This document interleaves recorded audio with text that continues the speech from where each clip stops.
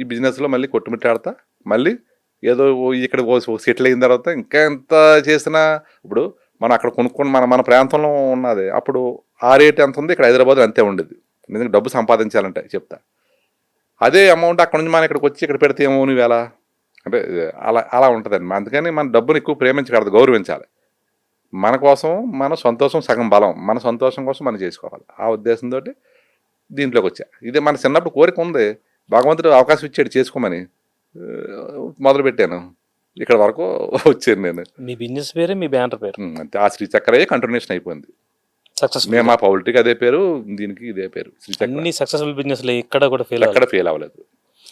సరే, సంగీతం ఇంతగా అసలు ఇంట్రెస్ట్ వచ్చింది మీకు? మామూలుగా మా బిజినెస్ చేసుకునే వాళ్ళు సంగీతం మీద ఇంట్రెస్ట్ రావడం ఏంటి? సంగీతం అంటే ఏంటంటే అది అసలు అది ఒక ఒక రకమైన మనిషిలోని యొక్క నరాల్లోని ఒక ఉత్తేజం కలిగించేదండి సంగీతం అంటే.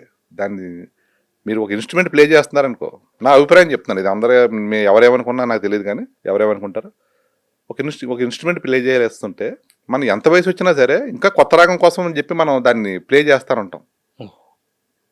మీకు సంగీత కళాకారులకి అదే అనారోగ్యం తొందరగా రాదు. మనసు బాగుంటుంది, సంగీతం నేర్చుకుంటే వాళ్ళు మనసు బాగుంటుంది. చాలా లింక్ అండి, మనసుకి సంగీతానికి చాలా లింకు. మీరు ఎప్పుడైనా మూడ్ బాగాలేదు, నాకు చిరాకుపడి ఒక మంచి మీకు ఇష్టమైన పాట వచ్చిందనుకో, ఒకసారి ఏమవుతుంది అది అలాగే ఎందుకు నాకు అలాగా ఫిక్స్ అయిపోయింది. నేను మీ కోరిక తిరగకపోయినా మీ పిల్లలకి కానీ సినిమా ఇండస్ట్రీకి కానీ తీసుకొస్తారా, లేకపోతే వాళ్ళకి ఏమైనా సంగీతం నేర్పించి పని? వాళ్ళకి నేను చెప్తాను, మీకు ఏమి నచ్చితే, మీ మనసుకి ఏది నచ్చితే అది నేర్చుకోండి. నా ప్రభావం మీ మీద వద్దు. నాకు నచ్చింది నేను చేసుకుంటున్నా, మీకు నచ్చింది మీరు చేసుకోండి. మీరు మీకు ఏ రంగంలో ఇష్టమో చూసుకోండి, దాంట్లోకి వెళ్ళిపోండి. పూర్తి స్వేచ్ఛనిచ్చాను నేను. మీ అబ్బాయిని హీరోగా చేయాలనుకుంటున్నట్టున్నారు? నేను అనుకోలేదండి, మా అబ్బాయి చేస్తానని అతను అంటలేదు, అంతవరకు లేదు. సినిమా ఇండస్ట్రీకి తీసుకొస్తారా? లేదు, ఏదైనా ఉంటే నిర్మాతగా నాకు సాయంగా ఉండాలి తప్ప హీరో కింద అది నేను అని అనుకోవట్లే. అంటే ఇక్కడ ఇంకోటి సక్సెస్ ఫెయిల్యూర్ పక్కన పెడితే, ఇప్పుడు నేను ఇన్ని సినిమాలు తీసాను, మళ్ళీ సినిమా కూడా నేను దడదలాడుతానే తీస్తాను నేను. ఎందుకంటే నాకు ఏదో ఈ పాత సినిమాలు ఎలాగ మన మార్కెట్లో ఎంత పేరు వచ్చేసింది, అది వచ్చేసింది అని అనుకోను నేను. మళ్ళీ కొత్తగా చేసినట్టే చేస్తాను.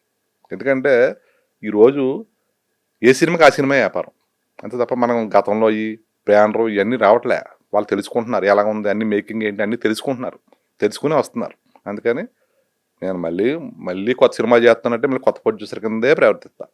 వచ్చే కొత్త ప్రొడ్యూసర్లకి, ఇండస్ట్రీకి వచ్చే కొత్త ప్రొడ్యూసర్లకి కానీ హీరోలకి మొత్తం టోటల్గా మీరు ఏం చెప్పాలనుకుంటున్నారు? అసలు మీ ఎక్స్పీరియన్స్ని బట్టి ఏం చెప్పాలనుకుంటున్నారు? నా ఎక్స్పీరియన్స్ని బట్టి అయితే మంచి డైరెక్టర్ని పట్టుకోవాలండి. అది అంటే మంచోడని ముఖం మీద రాసి ఉండదు. మంచి డైరెక్టరు 10 కోట్ల సినిమాని 15 కోట్లు చేసి కూడా పెట్టుకుంటే అక్కడే మైనస్లో పడిపోద్ది వ్యాపారం. మీకు 10 కోట్లు అన్నది 7-8 కోట్లు చేసుకొని పట్టుకుని అతను, ఎందుకంటే డైరెక్టర్ మీద నడుస్తుందండి వేళ సినిమా అయితే, నేను నమ్మింది అయితే. ఎందుకంటే అతనే దాన్ని ఆ సీన్లు అవన్నీ అతనే నిర్ణయించుకుంటాడు. అంత క్రియేటివిటీ అంతా అతని దగ్గర ఉంటుంది. హీరోకి అతను పాత్ర చెప్పి అతను నటింపు చేసుకుంటాడు అతను, అంతేనా? డైరెక్టర్ హీరో అంటారు అంతే. డైరెక్టర్ కంటెంట్ నా లెక్కలు అయితే కదా, అంతే. కానీ నేను డైరెక్టరే నమ్ముతాను. డైరెక్టర్ కంటెంట్ బాగుంటేనే అతను పెర్ఫార్మెన్స్ కూడా అది హీరోతో చేయించుకోగలడు. హీరో, డైరెక్టర్, నిర్మాత ముగ్గురు పార్ట్నర్షిప్ చేసుకుంటే చక్కగా ఉంటుందని నా ఉద్దేశం. మీరు పెద్ద సినిమా తీయాలనుకుంటే ఎవరితో, హీరోతో తీయాలనుకుంటారు? ఇంకేం అనుకోలేదండి, అది ఒక పేరని చెప్పలేం కదా. నేను అనుకున్నది ఈ పలానా ఇంకా అనుకోలేదు, పెద్ద సినిమా అని అనుకున్నాను. అక్కడ పరిస్థితులు బట్టి నాకు ఆటోమేటిక్గా వచ్చేస్తుంది. నేను ఏం చేయాలనుకున్నా అదే వస్తుంది నా దగ్గరికి, అవకాశం నా దగ్గరికి అదే వస్తుంది. అదృష్టవంతులు కాబట్టి. అదృష్టం అన్నేమో అది ఏంటో తెలియదు కానండి. ఇప్పుడు ఇంతవరకు నేను ఎవరిని కలలేదండి. నమ్మితే నమ్మండి, ఎవరొకరు ఆలోచి కలుస్తామే. ఇప్పుడు ఇది మన ఇదండి ట్రైలర్, టీజర్ రిలీజులు ఉంటాయి, వాటిలో కూడా డైరెక్టర్లే తీసుకొచ్చారు గెస్ట్లో. మన చిదంబరానికి నేను ఆశ్చర్యపోయాను, నేను అసలు కలలేదు. కీరవాణి గారు అందరూ కూడా వాళ్ళే తీసుకొచ్చారు. మన ప్రాంతంలో కొంతమంది ఉంటారు ఇక్కడ, వాళ్ళు తెలుసండి వీళ్ళు తెలుసండి మేము పరిచయం చేస్తూ ఉంటారు నాకు. నేనంటే